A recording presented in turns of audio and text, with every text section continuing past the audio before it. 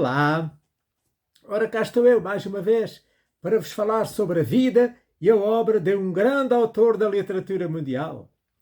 O meu nome é Sebastião Barata e hoje vou falar-vos de Ivan Turgenev, que foi um romancista, escritor de contos e de novelas, poeta e dramaturgo russo, nascido em Oriol, na Rússia, em 1818, e falecido em Bougival, em França, em 1883. O seu romance Pais e Filhos é considerado uma das mais importantes obras de ficção do século XIX. Ivan Sergeyevich Turgenev nasceu numa localidade próxima de Oriol, no sul da Rússia, a 9 de novembro de 1818, no seio de uma família de proprietários rurais abastados. O seu pai, Sergei Nikolaevich Turgenev, era um coronel da cavalaria russa que participou na Guerra Patriótica de 1812 e pertencia à velha, mas empobrecida família Turgenev da aristocracia de Tula, cuja história remonta ao século XV. A mãe, Varvara Petrovna Turgenev, nascida Lutovinov, veio da rica casa nobre Lutovinov, da província de Oriol. Ela teve uma infância infeliz com o seu padrasto tirânico e deixou a casa dele, após a morte da sua mãe, para morar com um seu tio, de quem herdou uma enorme fortuna. Em 1816, casou-se então com o Turgenev. O Ivan e os seus irmãos, o Nikolai e o Sergei, foram criados pela mãe na propriedade Spasskoia Lutovinov, que fora concedida ao antepassado da mãe, Ivan Ivanovich Lutovinov, pelo Ivan o Terrível. As crianças eram vítimas de frequentes maus-tratos por parte da mãe, uma mulher muito instruída, mas rígida e um pouco desequilibrada. Tinham governantas estrangeiras, pelo que o Ivan se tornou fluente em francês, alemão e inglês. O francês era a língua usada pela família no dia-a-dia, inclusive nas orações. O pai, tanto militar, passava pouco tempo com a família. Embora não fosse hostil com os filhos, a sua ausência feriu os sentimentos do Ivan.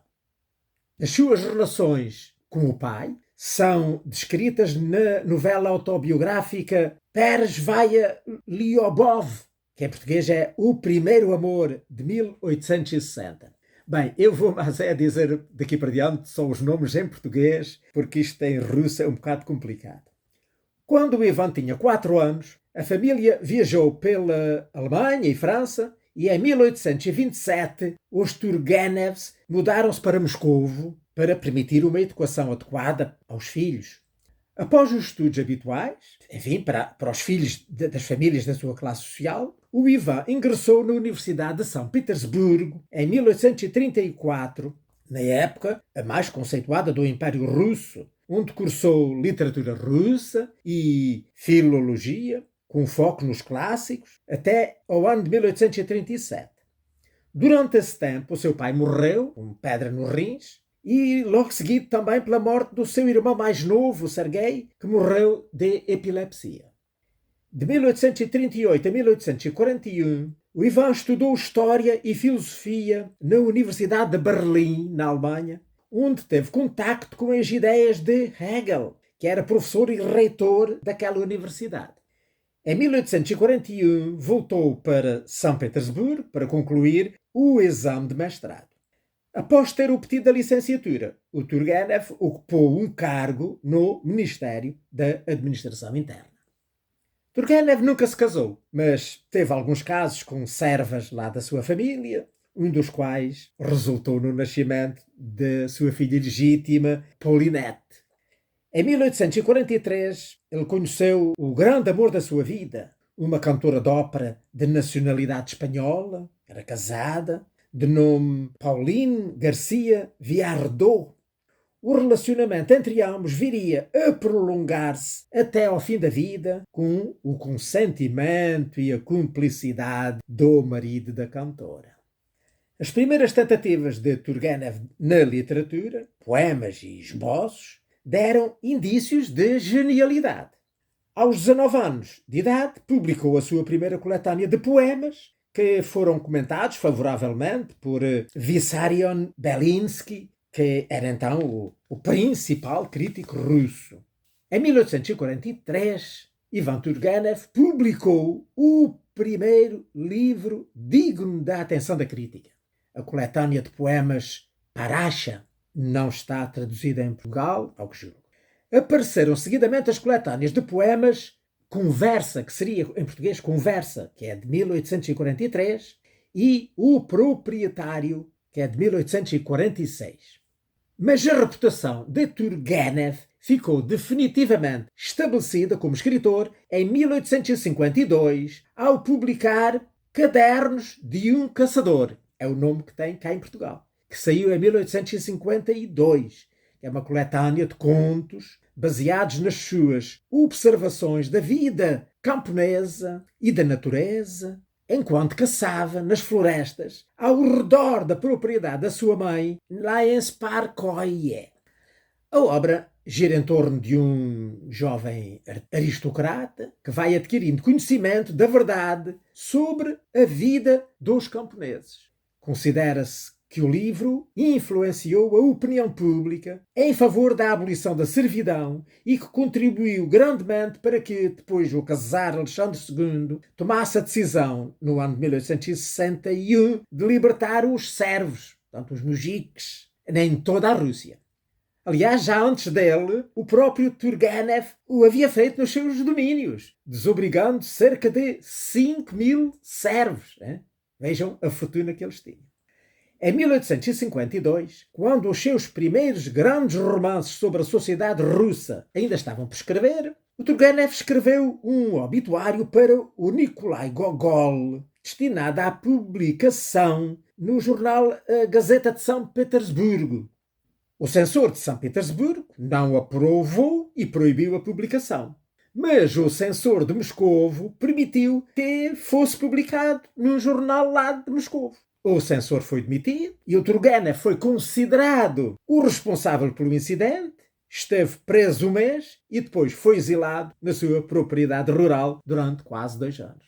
Foi nessa época que ele escreveu o seu conto Mami, que não está, ao que julgo, editado em Portugal e que é de 1854, em que conta a história de um camponês surdo e mudo que é forçado a afogar a única coisa no mundo que lhe trazia a felicidade, que era o seu cão Mumbi.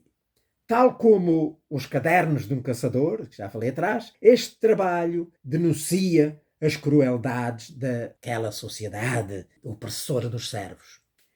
Enquanto ainda estava na Rússia, no início da década de 1850, o Turgenev escreveu várias novelas.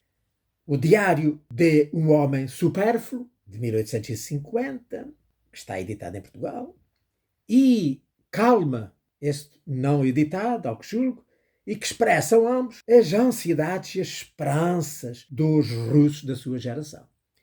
Na década de 1840 e no início da década de 1850, durante o governo do czar Nicolau I, o clima político na Rússia era sufocante para muitos artistas, cientistas e escritores.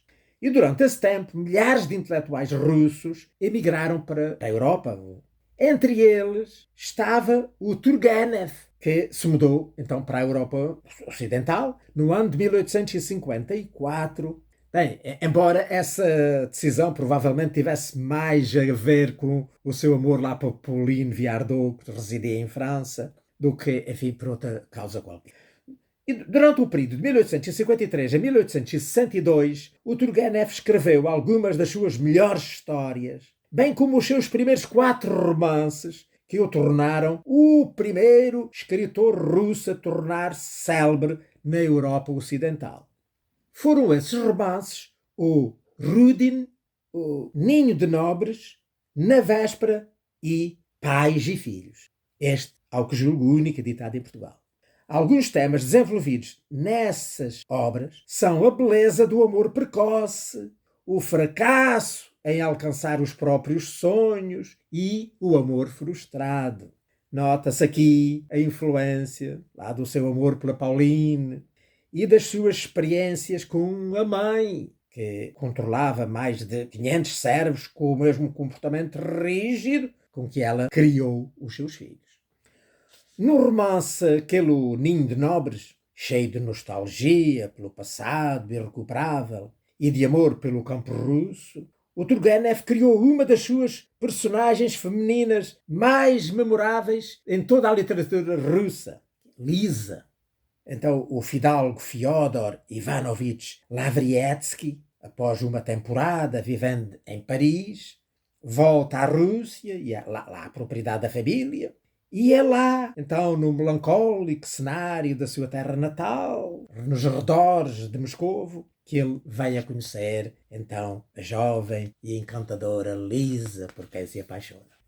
Mas, como já disse, o mais inesquecível destes 4 romances é O Pais e Filhos, que está, portanto, editado em Portugal e que eu tenho e que andei a ler esta semana e que eu depois espero ainda ter tempo para vos falar mais em pormenor. E que ele escreveu entre os anos de 1860 e de 1862 e que foi publicado em 1862, exatamente na altura em que na Rússia o czar decretava o fim da escravidão. Então o romance relata o conflito entre um jovem estudante de medicina, que é o Evgeny Bazarov, que recusa tanto o conservadorismo das gerações mais velhas como o radicalismo desenfreado da juventude da sua geração. Mas depois explicarei isto mais em pormenor. O aparecimento da obra deu origem a grande controvérsia, o que fez com que o autor abandonasse definitivamente a Rússia em 1863. Partiu para a Alemanha e fixou-se em Baden-Baden. Como consequência, perdeu a maior parte dos seus leitores, lá no seu país natal. Muitos críticos radicais da época, com a notável exceção do Dmitri Pisarev, não levaram o Pais e Filhos a sério. E, após o relativo fracasso crítico desta sua obra-prima, o Turgenev ficou desiludido e começou a escrever bastante menos a partir daí. O seu romance seguinte foi Fumo, também editado em Portugal, que é de 1867, que é o desabafo de um homem cansado e descontente. Também este foi recebido com pouco entusiasmo lá no seu país natal, além de desencadear uma briga entre ele e o Dostoiévski, portanto lá em Baden-Baden, onde estavam na altura. Com o arrebentamento da Guerra Franco-Prussiana, no ano de 1870, o Turgenev teve que fugir de novo, foi para Londres, mas depois acabou por se estabelecer definitivamente em Bougival, nos arredores de Paris, que era onde residia lá o casal Viardot. O seu último trabalho substancial, tentando fazer justiça aos problemas da sociedade russa contemporânea, foi Solo Virgem, também editado cá em Portugal, e que é um romance de 1876. Nestes anos outonais da sua vida, o Turgenev escreveu histórias de natureza mais pessoal, como Águas da Primavera, também o nome que tem em Portugal, que é de 1871, O Rei Lear na Steppe, que julgo não está editado por cá, O Canto do Amor Triunfante, este de 1881. Outro dos seus últimos trabalhos foi Poemas em Prosa, que é uma coletânea de poemas, e Clara Milic, uma novela, que foram publicados na revista European Messenger. O amigo literário mais próximo de Turgenev era o Gustave Flaubert, com quem ele partilhava ideais sociais e estéticos semelhantes. Ambos rejeitaram as visões políticas extremistas da direita e da esquerda e tinham uma visão do mundo sem julgamento, embora qualquer deles uma visão bastante pessimista. As suas relações com o Lev Tolstói e com o Fyodor Dostoiévski foram bastante tensas por vezes, pois ambos, por várias razões, estavam aborrecidos com a aparente preferência do Turgenev cá pela Europa Ocidental. Ao contrário do Tolstói e do Dostoiévski, o Turgenev era considerado um agnóstico e não abordava temas religiosos nos seus escritos.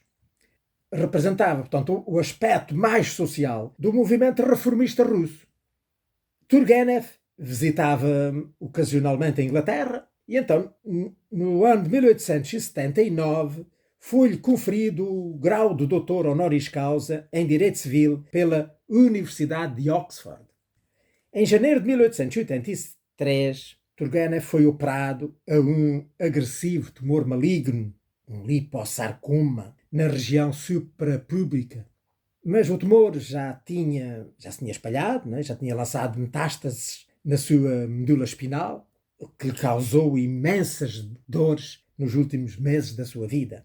O Turgenev morreu lá na sua casa em Bougival, né? Lá em França, próximo tanto dos Viardot, no dia 3 de setembro de 1883, vítima de um abscesso espinhal causado pelas metástases, portanto, do tumor.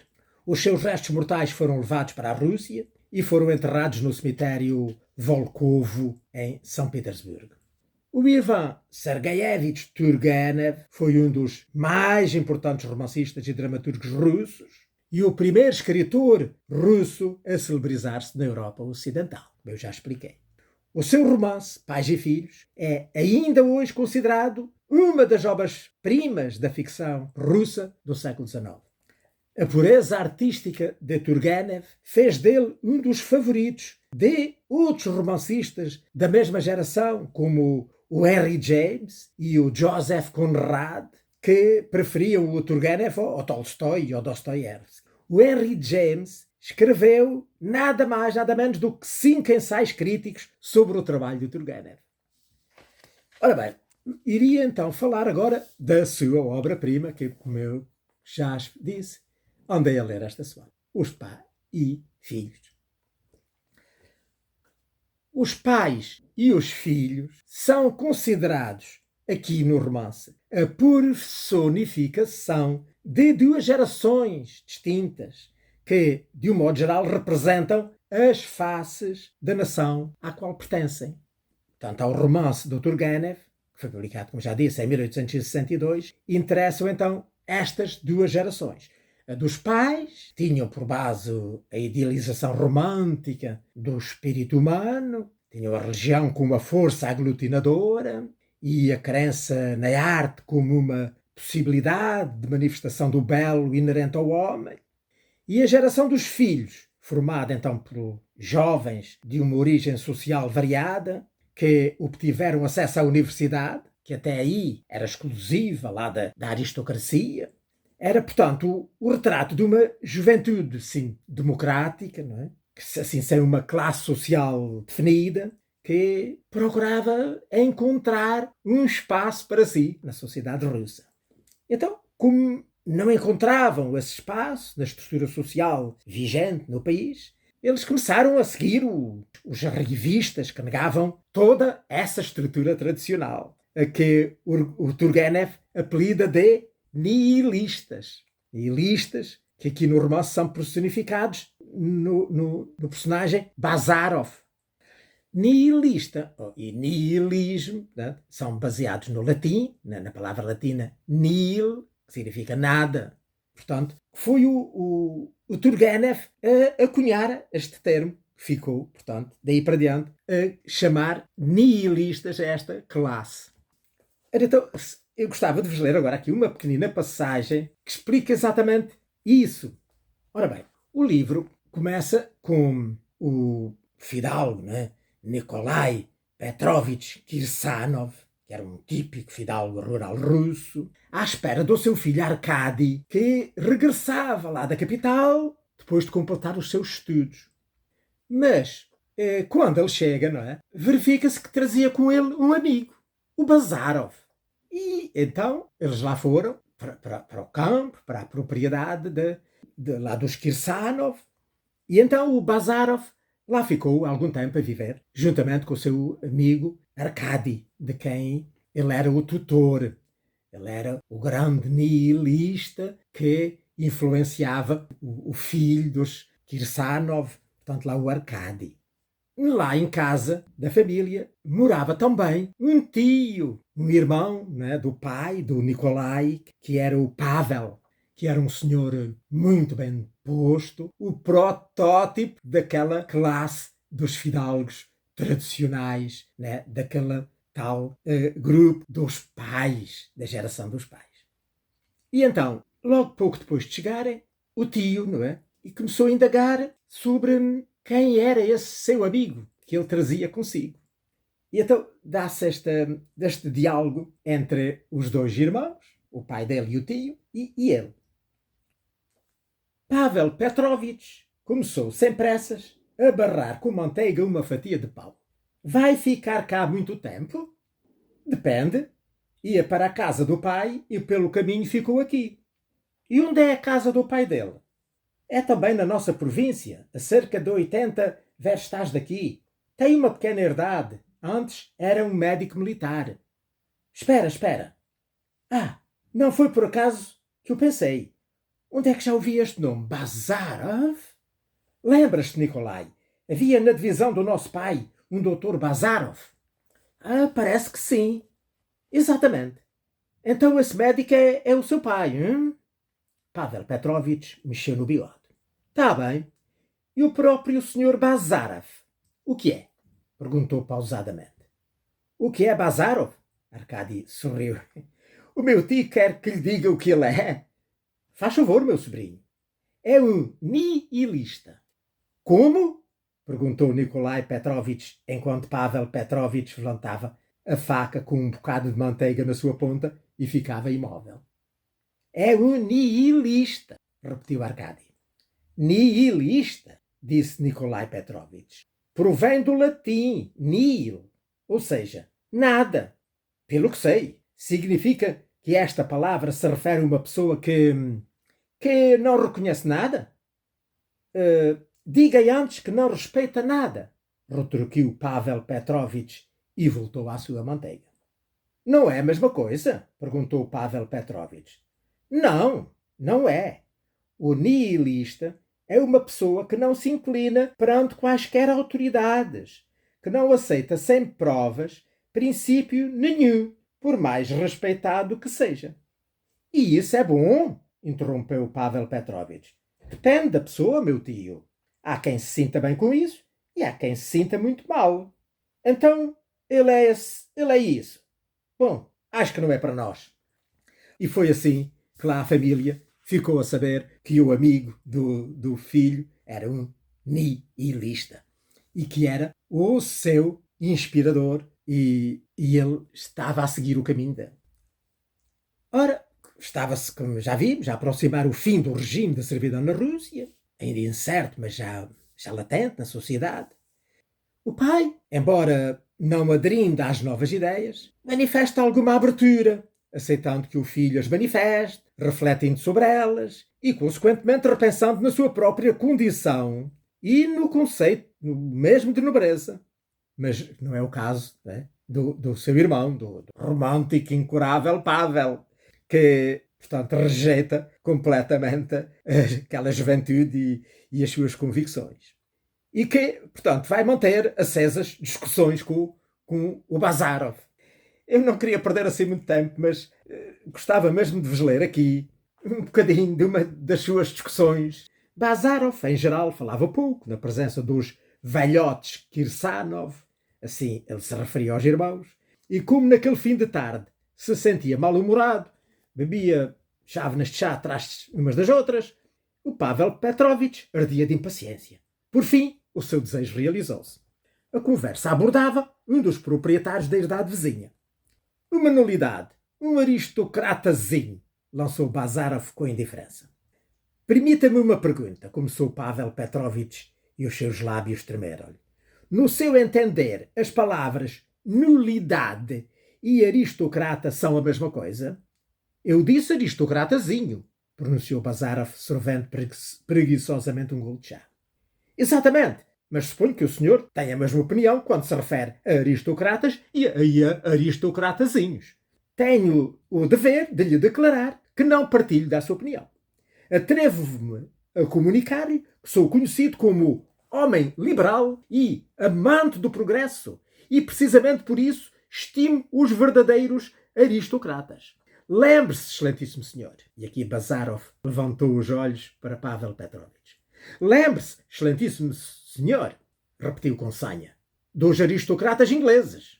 Não cedem uma migalha dos seus direitos e por isso respeitam os direitos alheios. Exigem o cumprimento das obrigações em relação a si próprios e por isso cumprem também as suas obrigações para com os outros.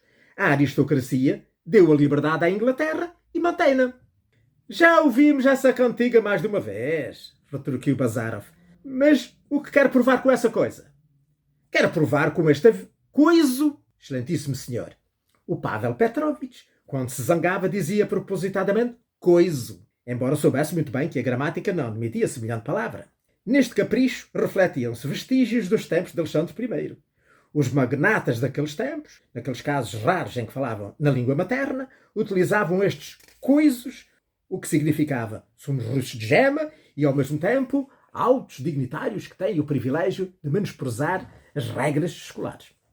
Quer provar com esse coiso que, sem sentimento de dignidade, sem respeito por si próprio, sentimentos bem desenvolvidos no aristocrata, não existe qualquer base sólida para o bien public, para o edifício social. A personalidade, excelentíssimo senhor, é o principal. A personalidade humana deve ser sólida como uma rocha, porque tudo assenta nela. Sei muito bem, por exemplo, que o senhor acha ridículos os meus hábitos, o meu vestuário, o meu asseio, mas tudo isso provém do sentimento do autorrespeito, do dever. Sim, do dever. Vivo na aldeia, longe da capital, mas não me rebaixo. Respeito em mim o ser humano. Desculpe, Pavel Petrovich, disse Bazarov. O senhor respeita a si próprio e fica de braços cruzados. Que utilidade tem isso para o bien public? Se não tivesse respeito por si, eu faria a mesma coisa. Pavel Petrovich empalideceu. É uma questão absolutamente diferente. Não tem de lhe explicar agora por que razão fico de braços cruzados como o senhor se dignou exprimir-me. Quero apenas dizer que o aristocratismo é um princípio e sem princípios nos nossos dias apenas podem viver pessoas imorais ou fúteis. Disse o Arkady no dia que após a chegada e repito agora para si. Não é verdade, Nikolai? O Nikolai Petrovich assinou que sim. Aristocratismo, liberalismo, progresso, princípios, dizia entretanto Bazarov. Vejam lá quantas palavras estrangeiras inúteis. O homem russo não precisa delas nem dadas. Pronto, e continuou a discussão por adiante, não vou perder mais tempo. Já viram, portanto, isto, bora, páginas e páginas e páginas de discussão. E tinham assim frequentes discussões. De facto, embora o Arkady seja um representante da geração dos filhos, o Bazarov é que é realmente o verdadeiro modelo desta geração. Tomado pelo nihilismo, que no final irá ver-se como é tão tóxico como realmente o idealismo romântico dos pais. Ele aparece como o guia ideológico do Arkady, plenamente fiel ao seu credo, por coisa nenhuma. O Bazarov despreza o que não é cientificamente comprovável, afirma convictamente que um químico honesto é 20 vezes mais útil do que qualquer poeta, desdenha sobretudo das artes e da escola do romantismo, tão admirado pelas gerações anteriores, travando calorosas discussões com quem defende o contrário. Aliás, já vimos com o Pavel. E também poderemos ver com uma senhora que eles conheceram lá numa festa, uma senhora rica, que foi herdeira do seu falecido marido, e por quem, o Bazarov se acaba por apaixonar. Mas ele próprio não quer aceitar que está apaixonado. Ele quer manter os seus princípios e não quer aceitar que está apaixonado. Mas ele não vai conseguir lutar contra a natureza. E escolhi aqui mais um pequenino texto que eu não quero ler assim muito comprido e que é o seguinte. Ele está a falar com a Anna Sergeyevna, como ela se chamava, e então ela vai puxando por ele. Começa a reparar que ele que está um bocado apaixonado por ela. E ele, a certa altura, diz: poderá um homem exprimir sempre em voz alta o que se desenrola no seu íntimo? Não vejo por que razão não se poderia exprimir tudo o que se nos vai na alma. A senhora pode? Perguntou Bazarov. Posso, respondeu Anna Sergeyevna, depois de uma curta hesitação. Bazarov inclinou a cabeça. É mais feliz do que eu. Anna Sergeyevna olhou interrogativamente. Pensa o senhor o que pensar? Continuou ela. Qualquer coisa me diz que não foi em vão que nos encontramos e que seremos bons amigos. Tenho certeza de que esta sua, digamos, rigidez, esta sua reserva, acabarão por desaparecer. A senhora descobriu em mim a reserva e... Como foi que disse? A rigidez? Sim. Bazarov levantou-se e foi até à janela. E a senhora gostaria de conhecer a causa dessa reserva e de saber o que se passa comigo? Sim, gostaria, repetiu Odintsova com uma pontada de medo que ainda não conseguia explicar a si própria. E não se vai zangar? Não. Não? Bazarov estava de costas para ela. Saiba então que a amo, estúpida e loucamente. Veja lá o que me obrigou a dizer. Odintsova era o apelido dela de família. Odintsova estendeu as mãos. Bazarov apertava a testa contra o vidro da janela. Faltava-lhe o ar. Um tremor convulsivo percorria-lhe todo o corpo. Mas aquele não era o frémito da timidez jovem. Não era o terror doce da primeira declaração de amor que o dominava. O que dele se apossava era uma paixão forte e pesada, ervaida de raiva maldosa, ou muito perto disso. Odintsova sentiu pavor e pena dela ao mesmo tempo. É que ela não estava realmente apaixonada por ele. No entanto, o Bazarov continuava a negar o casamento.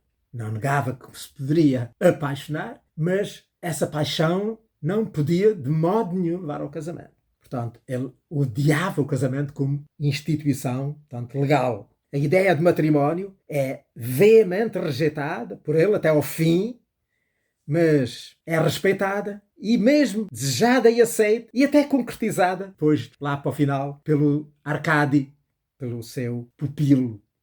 A negação de Bazarov é tão extrema que será o motivo para eles se afastarem um do outro. Vou tentar ainda ler mais aqui uma pequena passagem que realmente diz isso mesmo. Entretanto, o Arkady tinha-se apaixonado por uma irmã dela, a Diana, tinha acabado de se lhe declarar e pedi-la em casamento à irmã. Não te ofendas, por favor. Lembras-te, pelos vistos, da opinião que eu sempre tinha sobre Katerina Sergeyevna? Era a noiva do outro. Há meninas que são tomadas por inteligentes porque suspiram de modo inteligente. Ora, a tua saberá defender-se e de tal modo que tu próprio ficas nas suas mãos. Mas agora, repito, à despedida, porque não vale a pena iludirmos-nos. Estamos a despedir-nos para sempre. E tu próprio o sentes. Foste esperto. Não foste feito para a nossa vida amarga, áspera e solitária. Não tens ousadia, nem raiva. Mas tens uma coragem e um ímpeto jovens. Para a nossa causa, isso não basta. O homem da vossa condição, o fidalgo, não vai para lá da nobre humildade, o da nobre ebulição, o que não é grande coisa. Vocês, por exemplo, não lutam, mas imaginam que são galhardos, valentes. Mas nós queremos a luta. E assim continua, e pronto, e ele vai-se embora. No final do romance, vamos a verificar que o nihilismo do Bazarov, afinal, não conseguiu sustentar-se até ao fim. Ele manifesta-se como incapaz de ser ainda aceito pelo povo russo, que não está ainda preparado para essa transformação social. Portanto, acaba-se por se verificar que o nihilismo não tem nenhuma solução concreta para aquilo que reprova. Ele acaba por reproduzir aquilo que ele desaprovava, não é? Ele próprio. Criticava ferozmente a instituição familiar, mas depois vai ter que regressar, no fim da vida, à sua família. Ele também criticava a medicina, apesar de ele andar a estudar para médico, mas depois foi a trabalhar como médico que ele acaba por contrair uma doença que vem a ser o seu fim. Como vemos aqui, acontece aquilo que eu já tinha dito sobre realmente a escrita do Turgenev. Apresenta um lado e o outro da sociedade russa, mas não toma partido. E isso está de facto aqui muito bem refletido neste livro. O choque entre o velho e o novo é através dos diálogos e também dos monólogos. A certa altura as pessoas vão falando para si próprias. Portanto, destes monólogos e destes diálogos que vão manifestar o pensamento do autor, do Turgenev. Ele não põe aqui o narrador a falar. Ele põe as personagens a falar. E é, de facto, uma das coisas que tornam este livro mesmo maravilhoso e que vale mesmo a pena ler. Para terminar, só queria dizer que há muitos livros do Turgenev editados em Portugal, a maior parte recentemente, quase todos pelo Relógio d'Água, e que facilmente podem encontrar nas livrarias. Pronto, por aqui me fico. Espero que tenham gostado hoje desta conversa sobre o Ivan Turgenev, um dos mais importantes escritores russos do século XIX, e não só russos, mas de toda a literatura do século XIX, e até de toda a literatura de todos os tempos. Espero voltar para a semana para vos falar de outro grande autor da literatura mundial. Ora, passem muito bem.